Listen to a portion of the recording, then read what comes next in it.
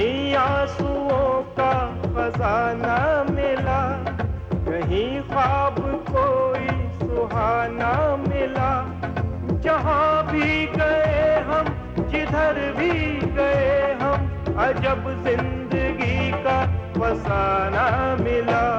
फसाना, फसाना, फसाना, फसाना।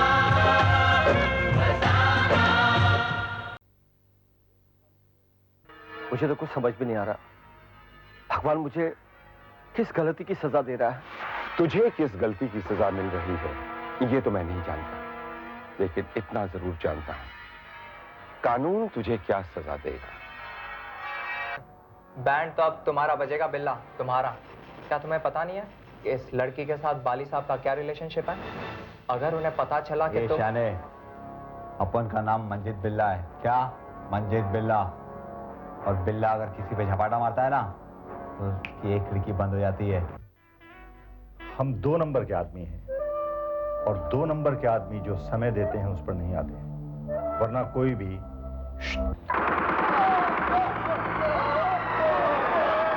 Mister Bhanu Pratap, मेरे husband इस वक्त घर पर नहीं हैं। जब वो आएंगे तो उन्हें बता दूंगी कि आप आए थे। और उन्हें ये भी बता दीजिएगा मैं क्या हूं, क्योंकि आप मुझे अच्छी तरह से जानते थे। हाँ, अब जानती हूँ कि तुम क्या हो। अगर पहले जानती अपनी दोस्ती इतनी नहीं बढ़ाती। तो शिवा की लाश तुम्हारे पास भेजनी होगी या मैं उसका संस्कार वहीं कर दूं? नहीं सैयद, उसकी लाश मैं खुद देखना चाहता हूं। उसके बाद उसे लावारिस लाश की तरह फेंक दूंगा। नहीं, ठीक है, जो कुछ भी है शिवा धंधे में मेरा भाई है, इसलिए उसकी लाश का अंतिम संस्कार मैं खुद करूंगा। कल हम डीके से मिलना चाहेंगे, उसे खबर कर दो। ठीक है।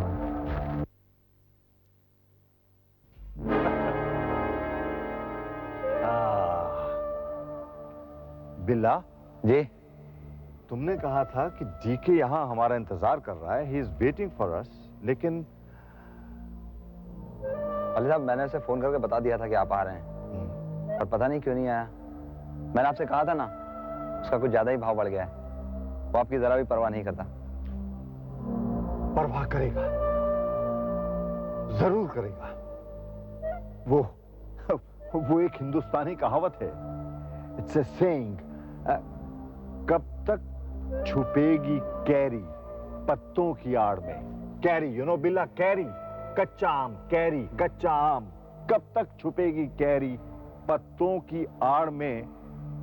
वन डे उसको आना पड़ेगा सरे बाजार में। क्या बात है वाले साहब, शायर तो अपन भी है, पर आपने क्या शेर मारे ला बाप। Shut up! I'm a bachelor. I'm not your father. रोजी, डीके से बात करनी पड़ेगी।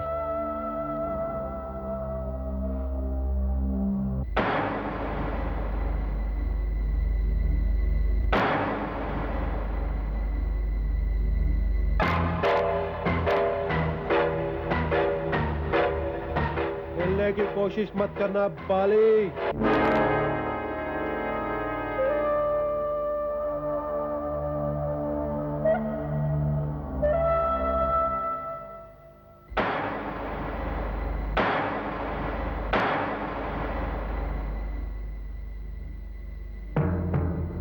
तेरी तलाश मुझे बहुत दिनों से थी। डीके से मैंने 10 लाख रुपए की सुपारी ली है तुझे मारने के लिए। अब तू नहीं बचेगा।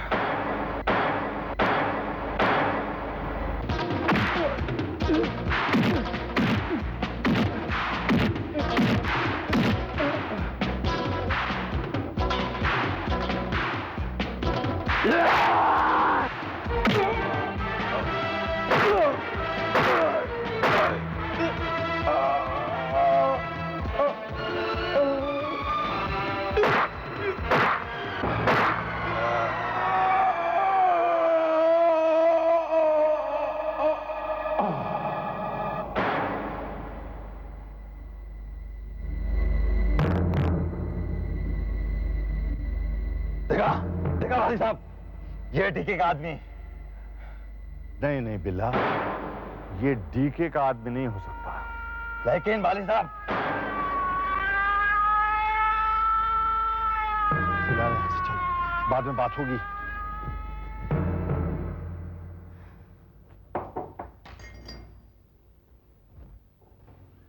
क्या हुआ बेटी? राधा आंटी से तेरी मुलाकात हुई? हाँ, क्या कहा उन्होंने? पहले तो मुझे वो ये कहती रही कि मैं अपने पति डीके के साथ कॉम्प्रोमाइज कर लूं। तो इसमें बुराई ही क्या है? मैं भी तो तुझे यही समझा रही हूँ। पति का घर चाहे जैसा हो, स्वर्ग जैसा होता है। स्वर्ग? माँ, तुम उस घर को स्वर्ग कहती हो जहाँ आए दिन खिटखिट होती है? माँ, अगर सोने चांदी के ढेर पर किसी को खड़ा कर दिया जाए और उसे फांसी का फंदा लगा दिया जाए और उसे कहा जाए कि तुम इस फंदे पर लटक जाओ तो सारी दौलत तुम्हारी हो जाएगी, तो क्या वो लटक जाएगा? नहीं माँ, मेरी जिंदगी को भी एक फांसी का फंदा लग गया है। अगर मैं डीके को तलाक देती हूँ तो अपने मासूम बच्चों से उनके पिता को छीनती हूँ। ये भी तो ठीक नहीं होगा। और ये भी तो ठीक नहीं होगा माँ कि मैं ऐसे आदमी के साथ रहूं जिसके घर में आए दिन खून खराबा, गालियां और गोलियां चलती हो। बस बस बेटी, ऐसी बातें मत कर, मुझे बहुत दुख होता है। ये बता, राधा आंटी ने और क्या कहा? Radha aunty social worker, broad minded होने का तो एक नाटक है। उनके चेहरे पे एक झूठा मखौटा है माँ। अंदर से तो वो एक साधारण औरत है, ऐसी औरत जो इनसिक्योर है, जो मर्दों की दुनिया में रहना मान सम्मान से उनको मुश्किल नजर आता है। देख बेटी, राधा आंटी की उम्र की औरतें इस उम्र में सुख की रोटी और आराम पसंद करती हैं, जैसे कि मैं इस घर में बिल्कुल अकेली रहती हूँ, लेकिन इस घर की दीवारें, छत, दरवाजे, खिड़कियां, इन सब से एक अटूट लगाव है मुझे, क्योंकि इनमें तेरे पिताजी की यादें बसी हुई है। इस घर की हर चीज में एक अपनेपन का एहसास होता है। बेटी, जैसा भी हो, अपना घर स्वर्ग होता है। राधा की और मेरी बात मान ले, जा अपने घर वापस चली जा, दिनेश से सुलह कर ले। नहीं माँ, नहीं, हरगिज नहीं। मैं अपनी हिम्मत और कोशिशें डीके को दिखा देना चाहती हूँ कि औरत अगर चाहे तो कुछ भी कर सकती है। मैं उसे प्रूव कर देना चाहती हूँ कि औरत के साए में भी उसके बच्चे अच्छी परवरिश पा सकते हैं। राखी बेटी,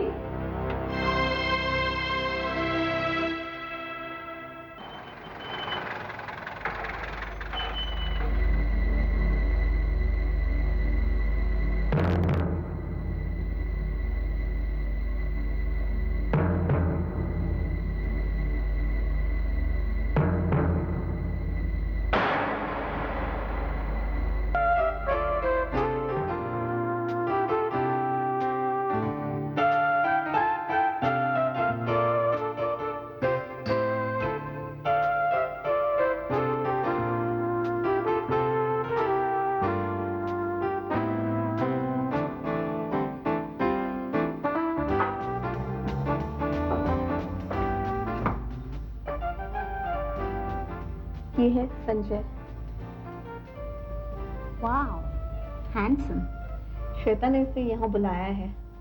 ये श्वेता का ही वेट कर रहा है। तुम अपना काम शुरू कर सकती हो। इस बीच अगर श्वेता आ गई तो? नहीं, वो नहीं आएगी। विराट ने उसका इंतजाम कर लिया है। विराट से कह दो, उसका काम हो गया। ओके।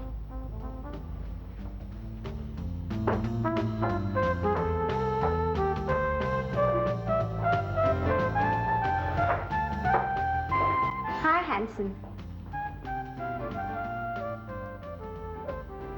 हाय। क्या मैं यहाँ बैठ सकती हूँ? श्योर, लेकिन मैं दरअसल किसी का इंतजार कर रहा हूँ। जानती हूँ। आप कैसे जानती हैं? तुम्हारा चेहरा बता रहा है कि तुम किसी का इंतजार कर रहे हो, और ये इंतजार किसी खूबसूरत लड़की का है। जी वो, मगर क्या मुझसे ज्यादा खूबसूरत लड़की? वेल, आपने मुझसे वैसा सवाल पूछ लिया तो मुझे अब जवाब तो देना ही पड़ेगा। सच बताऊं, दरअसल दरअसल वो मुझे माधुरी दीक्षित से भी ज्यादा खूबसूरत लगती हैं। वैसे आप भी कम खूबसूरत नहीं। Thank you. मैं अच्छी तरह से जानती हूँ कि मैं बेहद हसीन, जवान और खूबसूरत हूँ, मगर ट्रेजेडी ये है कि मेरा पति मेरी खूबसूरती की तारीफ नहीं करता। हाँ, मुझ पर उल्टे सीधे इल्जाम जरूर लगाता है। आप शादीशुदा हैं? Of course. क्या मैं शादीशुदा नहीं लगती? जी बिल्कुल नहीं। अक्सर लोग मुझे देखकर धोखा खा जाते हैं। जी बिल्कुल सच कहा आपने, शायद इसीलिए मैं भी धोखा खा गया था। बाय द वे, आपका नाम क्या है? मेरा नाम भी मेरी तरह खूबसूरत है। अच्छा, क्या नाम है आपका? स्वीटी। What a beauty. मेरा मतलब है आपका नाम भी वाकई आपकी तरह खूबसूरत है। Thank you. जरा आप भी अपना नाम बताइए। जी मुझे संजय कहते हैं। क्या आप मुझसे दोस्ती करना पसंद करेंगे? Well, of course. किसी हसीन लड़की से कौन दोस्ती करना पसंद नहीं करेगा। अच्छा स्वीटी जी, एक बात बताइए। हाँ। आपको ये बात कैसे मालूम हुई कि मैं यहाँ किसी लड़की का इंतजार कर रहा हूँ, वो भी किसी खूबसूरत लड़की का? आप भी तो खूबसूरत हैं। भला आपकी पसंद बदसूरत कैसे हो सकती है? For your kind information, आप यहाँ इस शहर के डॉन मिस्टर डीके की छोटी बहन का इंतजार कर रहे हैं, है ना? मैं अक्सर आप दोनों को साथ में देखती हूँ। आज आपको अकेला पाया तो आपके पास आ गई। Miss Sweety, I must say that you are very intelligent. Thank you. आप आपके नाम की तरह हसीन और खूबसूरत ही नहीं, बल्कि बहुत अकलमंद भी हैं। और ये सारी बातें किसी एक इंसान में पाया जाना बहुत रेयर है। It's very very impossible at times. खैर छोड़िए, कुछ देर पहले वो अपने पति का जिक्र कर रही थी। क्या वो बहुत बदसूरत है? आई मीन, क्या इसीलिए वो आपकी खूबसूरती को नफरत करते हैं, या फिर उन्हें कोई इंफीरियरिटी कॉम्प्लेक्स है? यही तो एक बदनसीबी है मेरी जिंदगी में। मैं जितनी खुश मिजाज और खूबसूरत हूँ, उतना ही कुमार बदमिजाज और चिड़चिड़े नेचर का है। वो बहुत शराब पीता है, और जब शराब पी लेता है तो अपनी बदसूरती का मातम मेरे इस खूबसूरत शरीर पर चाबुक की मार से कर लेता है। He is a very saddest person. नहीं नहीं स्वीटी जी, आप बिल्कुल बेफिक्र रहें। आज से मैं आपका दोस्त बन गया हूं। आपको कभी भी मेरी जरूरत महसूस हो, सिर्फ मुझे याद कर लीजिएगा। बिलीव मी, मैं आपके हर कदम पर साथ रहूंगा। एक मिनट, मैं आपको अपना पता दे दूं। मैं जानती हूँ। Is it? मुझे आपसे और एक जरूरी बात करनी है, मगर यहाँ कुछ गर्मी और घुटन सी महसूस हो रही है। हम कहाँ खुली जगह पर जाकर बात कर सकते हैं? देखिए, मैंने आपसे कहा है कि मैं वैसे किसी का इंतजार कर रहा हूँ यहाँ। वापस आ जाइएगा, सिर्फ थोड़ी देर के लिए। Come on. Since you insist, चलिए प्लीज।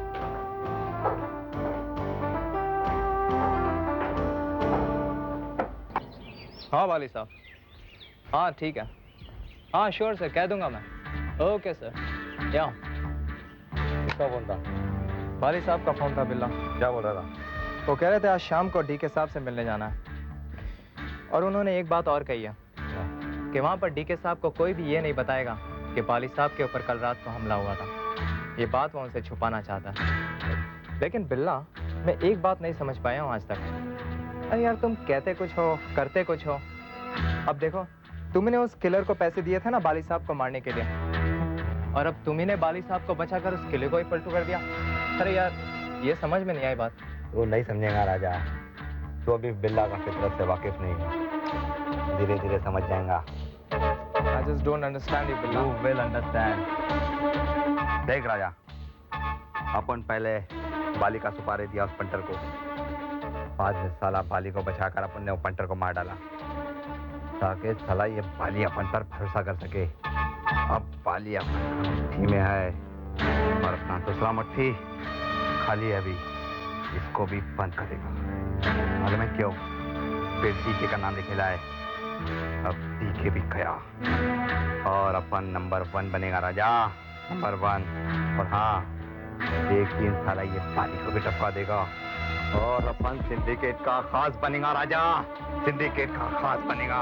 नहीं बिल्ला नहीं, तुम जितना आसान समझते हो नंबर 1 बनने का, खास बनने का, बहुत ही मुश्किल काम है यह। बल्कि तुम्हारे पहले भी कई लोग कोशिश कर चुके हैं, लेकिन कोशिश करते करते ही दम तोड़ चुके हैं। ए, तकदीर बनाने वाला ऊपर बैठेला है और अपन जैसा लोग तकदीर को रोज मारता है, तकदीर से लड़ लड़ कर उसको मार देता है और अपन के वास्ते नया तकदीर बनाता है।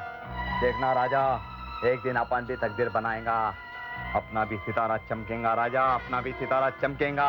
अच्छा बाबा ठीक है, जो चाहे वो करो, लेकिन एक बात गौर से सुन लो बिल्ला, जैसा करोगे वैसा ये शिक्षा नहीं देने का, टेंशन होता है, टेंशन।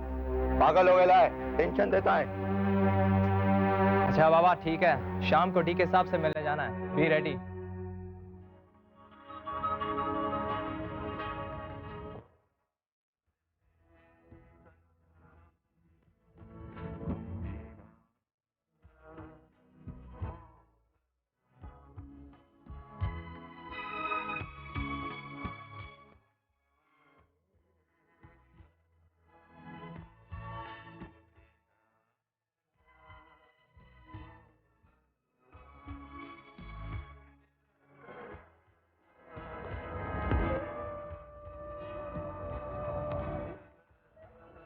Hi, DK.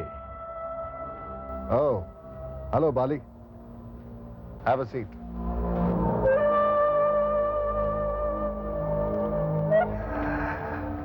तुम वाकई बहुत बड़े आदमी बन गए हो, इसलिए मेरे वेलकम के लिए खड़े भी नहीं हुए। वो दिन गए बाली, जब मैं एक मामूली सा आदमी था और तुम मेरे लिए एक बहुत बड़े आदमी। अब नहीं रहे। अब मैं तुमसे बड़ा आदमी ना सही, तुमसे छोटा आदमी भी नहीं। I liked it. मुझे तुम्हारा कहना अच्छा लगा कि तुम मुझसे छोटे नहीं हो, लेकिन अफसोस डीके कि तुम मुझसे बड़े भी नहीं बन सकते। चूंकि हमारे क्लब का ये रूल है, जो अपने से ऊपर जाने की कोशिश करता है उसे हमेशा के लिए बहुत ऊपर पहुंचा दिया जाता है। तो तुम मुझे धमकी दे रहे हो बाली? नो डीके, मैं धमकी नहीं देता, सीधे मौत के घाट पहुंचा देता हूं।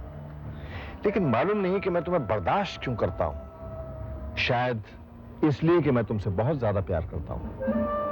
हमारे सिंडिकेट के साथियों ने मुझे बताया कि डीके बहुत स्मार्ट बनता जा रहा है। वो एक शराफत की जिंदगी बिताना चाहता है। उसने बिल्डिंग कंस्ट्रक्शन की लाइन शुरू कर दी है। इंडिया का नंबर 1 बिल्डर बन चुका है। मेरे साथियों ने बोला कि उसे उड़ा दो। आई सेड नो, मैं खुद इंडिया जाऊंगा, उससे मिलूंगा। इसीलिए मैं इंडिया आया हूं। There is a big problem DK, very big problem. बाले, आखिर तुम मुझे ये सब सुनाकर क्या जताना चाहते हो? मैं तुम्हें ये जताना चाहता हूं डीके की शराफत की जिंदगी में कुछ नहीं रखा। तुम्हारे पिताजी एक शरीफ इंसान थे, लेकिन उन्होंने तुम्हें क्या दिया? गरीबी, भूखमरी, जिल्लत की जिंदगी। बस बहुत हो गया बाली, बस। गड़े मुर्दे उखाड़ने से कोई फायदा नहीं है। फायदा है डीके, फायदा है। जो आदमी अपना पुराना कल याद रखता है, उसका आज बहुत अच्छा होता है। तुम्हारे पिताजी ने वसीयत में तुम्हें क्या दिया? इसलिए मैं नहीं चाहता कि तुम फिर से उस दलदल में जाकर फंसो। मुझे दुख है, मैं तुमसे बहुत प्यार करता हूं, तुम्हें अपना छोटा भाई जैसा समझता हूं, इसलिए तुम्हें समझा रहा हूं। शायद तुम पहले इंसान हो गए इस पूरी दुनिया में जो कहता है कि मुझसे प्यार करता है, वरना मेरे अपने तो धीरे धीरे सब मुझे छोड़कर चले गए। खैर, ये बताओ तुम क्या मैसेज लेके आए हो सिंडिकेट का? सिंडिकेट का ये ऑर्डर है कि हजारों किलो पाउडर तुम्हें इंडिया में फैलाना पड़ेगा और वो पाउडर तुम्हें कंप्यूटर्स के बॉक्स में भेज दिया जाएगा। Did you understand? नहीं, जाके सिंडिकेट वालों से ये कह दो कि मैं ब्राउन शुगर का धंधा नहीं करूंगा। माफिया सिंडिकेट वालों से ऐसे बात करने का अंजाम जानते हो डीके? जानता हूं, अच्छी तरह जानता हूं। तुम और तुम्हारा सिंडिकेट मेरा कुछ नहीं बिगाड़ सकता, खासतौर से तुम, क्योंकि तुम ये अच्छी तरह जानते हो कि अगर तुमने मेरी पीठ पर वार करवाने की कोशिश की तो तुम्हारी मौत के बाद तुम्हारी लाश में से जो गोली निकलेगी उस पे मेरी उंगलियों के निशान और पुलिस वो निशान नहीं ढूंढ पाएगी। समझे वाली?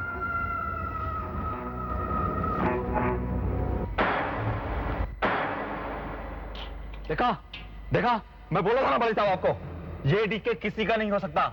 जो आदमी अपने सगे भाई बहन और दोस्तों का नहीं होगा वो आपका क्या साथ देगा? वो आपको भी धमकी देकर गया है। अगर आप हुक्म करो तो साले को अभी सल्टा देता हूं। बिल्ला, मैं डीके को बहुत प्यार करता हूं, शायद अपने छोटे भाई की तरह से। उसका दिमाग गर्म जरूर है लेकिन उसका दिल बहुत नरम है। अगर उसे जरा सी भी खरोंच आ गई तो मैं इंडिया में न जाने क्या कर दूंगा। तरसता है कोई कि हंसता है कोई, जिसे देखिए वो दीवाना मिला। अजब जिंदगी का फसाना मिला।